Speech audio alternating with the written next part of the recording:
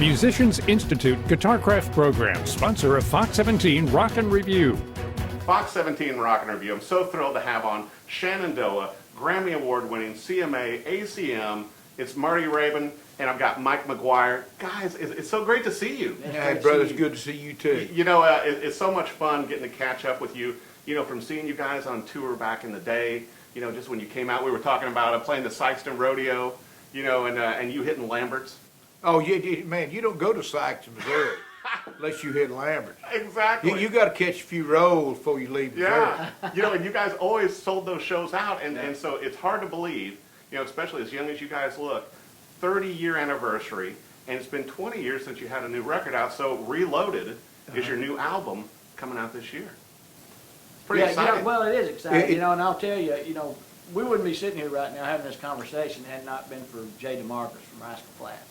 You know, Marty had been gone from the band for 17 years. He'd left in 1997. Right. And was gone all those years and rejoined the band, and Jay got wind of it. He called me out of the blue one day and just said, "Hey, man, I'm hearing that Marty's back with Shenandoah. Is that true?" And I said, "Yeah, he's back. He just came back a few months ago." And he said, "Man, let me take y'all in the studio and record a few songs and see if we can get you guys a record deal." So we came to Nashville and came up to ASCAP, spent 2 days listening to songs and picked out 5 songs, went in the studio with Jay, and they took it over to BMG. Wow. And they loved it, and so, you know, BMG wanted us to do kind of a hybrid album, you know, with the studio songs to release to radio, but then they wanted us to do a live album of all our hits, which was something that we'd wanted to do from the early days. Yeah, several years we wanted to do a live album, but, you know, at the time we wanted to do them. You know, and truthfully, they really were not in vogue at the time. Right. And, you know, but man, it seemed like everybody that we loved always had a live album. So by now, we need a live album. Well, they're not selling well. Well, we need a live album. So it worked out perfect. They wanted us to do one. Yeah. We'd always wanted to, so now here we are with this new record about to come out, and it's called Reloaded. Well, it's so amazing, too, because you've got a lot of your classics on there. Like I was telling you guys before we came over to do the interview and everything, you know, we were listening to the songs, and it's like, those songs still hold up. I mean, Church on the Cumberland Road, 2 Dozen Roses. I mean, huge hits. Yeah. And you guys sold a lot of records and had a lot of #1 hits with those. Well, you know, I really honestly and truly think that it really, you know, and it anymore it seems like such a cliche that people will use, but it truly is. I mean, it literally comes down to the song. Right. Because there's a big difference, and I mean a humongous difference between a good song and a great song. Right. And although, you know, somebody said, well, you know, the good songs, it's good. Yeah, but great songs, for some way or another, are able to be able to bring, you know, that quality through the years. Right. You know, you guys, you know, with all of your songs, with so many of your hits, you know, Marty and Mike, it's like, it seemed like you always brought faith and family into them, or at least those were topics in the songs as you were performing them. Yeah, you know, I don't really think that it necessarily was a conscious effort to make sure that we, you know, that we didn't sing about, you know, joints and Cheating and drinking. cheating and drinking and all that other kind of stuff. It just kind of seemed like that really kind of what was led our way was, you know, songs that had good stories to it. You know, The Moon Over Georgia and Next to You, Next to Me and Mama Knows and you know, especially when it comes to Mama Knows, you know, you had that thing where it wasn't just a women's or a woman's intuition, it was Mama's intuition. Yeah, exactly. And Mama knew more than what anybody knew, you know, it was one of them kind of things. But, you know, I think, and before it was all over with, I think that's the way, well, I think the industry started understanding us a little bit better. And not that we went around trying to, you know, prove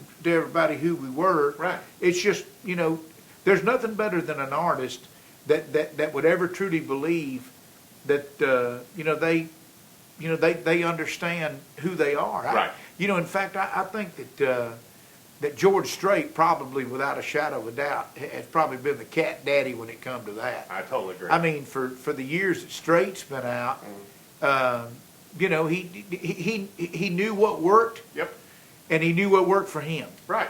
Well, and I think that it's the same with Shenandoah. I think you guys performed very relatable songs to where when you heard them, you're like, okay, Mama knows. I can relate to that. People don't realize a lot of times that finding the right songs can be really hard, because if you come to Nashville, for instance, listening to songs, every songwriter up here is a professional songwriter. Right. They don't write crappy songs. No. They write really good songs.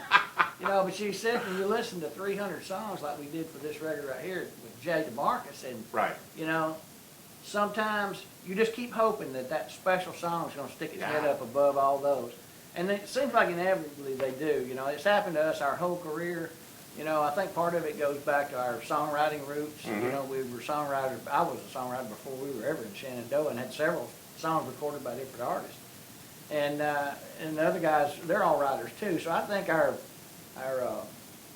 songwriting skills helped us in recognizing picking the best a great one. song above. Well, something else that you guys did too, that I think it took some other bands a while to grab a hold of, was you had great songs and then you had great videos to reinforce them. Because your videos were fun, and then the live performance. When you'd see Shenandoah out live, you guys were having fun on stage. Well, we were you fun-loving weren't just bunch of up there, standing around just playing. You Yeah. guys were like egging each other We're on, having big fun. cut-ups. We're big cut-ups. Marty's the biggest cut-up. But of that all makes of the us. show fun, because I Yeah. think people relate to it better. Yeah. And I think that, going out on the new 2018 tour, I think you guys are going to be selling out everywhere you go. Yeah. Well, so far it's been really, really good. In fact, we left a weekend of 2 sold-out shows, and you think about some, and of course, right before I introduce the band, I make a statement, and I do so intentionally, Mm-hmm. and that is because when we first started this 30 years ago, the only thing that we had on our mind was to try to make sure that what we were doing was what we needed to be doing at the time. So therefore, you're not thinking some 30 years down the road, what are you going to do? Right. And man, I wonder what I'm going to be doing in 50 years from now. Who thinks of that? No, you're in the moment. So the thing about it is to realize that some 30 years later, here we are, we're standing in Poplar Bluff, Missouri, and we're doing this show. Sometimes it's a little bit hard to believe and to truly grasp that this continues, and to have the opportunity to do what we do. I mean, why in the world wouldn't you enjoy it? I mean, Right. we get to. But it shows. Sometimes you're riding down the road and they'll play a song from a long time ago. Yeah. And you remember where you were, because you were in high school with Right. your first girlfriend, that night you kissed her for the first time, whatever the situation was. And so that song becomes special to you. Mhm. It's your song. Right. Yours and yours alone. I think at all that moment. of us attach memories to certain songs. Right, and I think some of our songs were that way. I mean, Totally. people tell us that all the time. Songs like "I Want to Be Loved" like that. People will tell us they got married to that song. Right. And So you guys are actually a part of your fans' lives. Yes, absolutely. I just think that's so great that we can do that. Well, we got to talk a little bit of music here too. I know you're still playing the DW drums, right? Yes, sir. I'm playing DW. I'm playing your drums. So those will be on tour. And then Marty, we were talking about your guitars, because every time I see you in a picture, I always think about your fancy guitar you got. Yeah, McKnight. Yeah. Tim McKnight, what a loser. Yeah. I mean, that sounds like loser. Luther. Yeah. That's a guitar craftsman, and he is. And the most amazing thing that I'd found out from Brother Tim was, they had several guitars, and I picked up one, and every one of them sounded great. Yeah. Those McKnight And I guitars. said, well, here, strum this and let me hear what it's saying. He said, I can't do that. I said, yeah. I said, you can just play a G chord or whatever. And he goes, I can't play. And I said, man, how in the world can you build Right. a guitar like that and you can't even strike a chord? Well, he's a tool and die guy. He works for Maytag. And the precision, he'd went to several different guitar manufacturers and watch what they did and that kind of stuff. And I'll be honest with you, not that he took anything from anybody. Right. What he came up with, I really believe God gave him the ability, because for one thing, he is consistent, and I wasn't kidding about that. Every single one of those guitars, you know, you think, well, man, this sounds good. Man, this, man, this sounds good. Well, which one's better? Here, let me see that. You know, and I mean, but you've bonded with yours now. oh, hey, let me tell you something. It's like part of your DNA. It's part of the extension of my, you know, my left and right hand. I can't, you know, I love it. I need another just to help me good. Right. Man, I've gotten there, beat the keys off of it and stuff. I need another one. I need to wear Tim and marry Oh out. my gosh. Well, I just wanted to bring it up too with the Reloaded album. It sounds so great. You know, where is it going to be available? Should fans go to your website? What do you guys suggest? Well, you know, you can go to iTunes. Well, you know, any place that you know that people, you know, download their favorite Right. music. I still like a CD. That's me. Yeah. Hey, Which we're that, going to do vinyl. yeah, I was fixing to say Limited that edition not vinyl. only hard copy with CDs, Yeah. but we're also doing the vinyl. That's And you know, amazing. and tell you the truth, that's when we started. Yeah. The very, very first album that we ever had was vinyl. Vinyl. In fact, I told Tim Menzie was one of the writers, he and Tony Hazelton on Mama Knows. Right. And I got word that Tim had got him a deal, got him a record deal. And I seen him over at the Cooker here in Nashville, and I said, man, Timbo, man, that's killer, you got your deal. And he goes, I said, man, ain't that exciting? He goes, you know, the only thing I don't care about it. I said, man, you don't care about getting a record? What? Yeah. He said, man, they quit making vinyl. He said, I really actually didn't get a record deal. Oh, I said, no. yeah, you did. You know, I remember Yeah. when we first signed with CBS, one of the first things they did was took us to a manufacturing plant. I want to say in Kentucky. It was in somewhere. Carrollton, Georgia. All right, it was from Carrollton, Georgia. But I remember we went to that thing and they had these plastic, looked like hockey pucks with Yeah. a record label on both of them, and they would get them hot and then they'd squish them down. That's how the record was made. Yeah, they Remember smash that? them. Well, They you know, smash 'em and down. that's the great thing to me. It's like, you know, I think the records sound better, you know, and like when you guys had the records, that's what I had. But it's like now they're in vogue again. Marty You know, likes United that here in snap, crack, Nashville, pop. You know, they had to expand. and you know, now, I'm going to be honest with you. I literally believe and think. Look, I'm all for anything sounding great and anything sounding incredible. I'm all for that.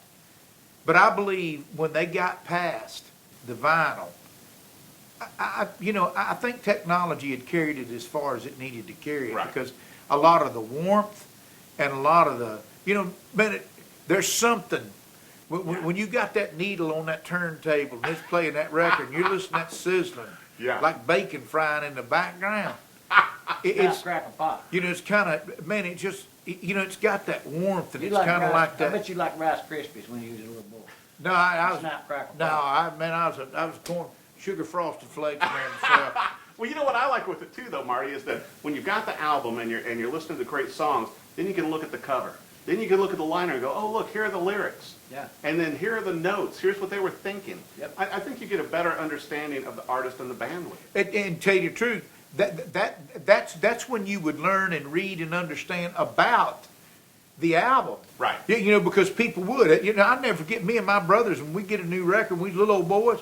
Man, we literally, you know, remember them old stereos that opened up in the middle or either Yeah, opened up on the the side? consoles. Yeah, you know, and all of a sudden you put the record on and then you lay in front of the speakers and yeah.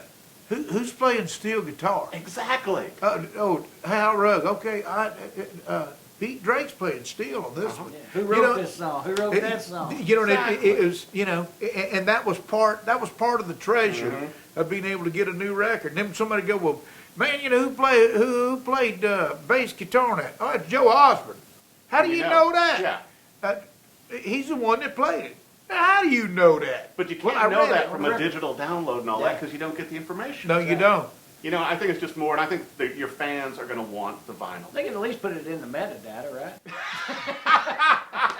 You're smart. You're talking the good stuff, Mike. Well, not see, because I had that was all French to me. I had no idea what he was talking about. Well, it's so exciting, though. The album sounds amazing. You know, listening to the tracks and everything.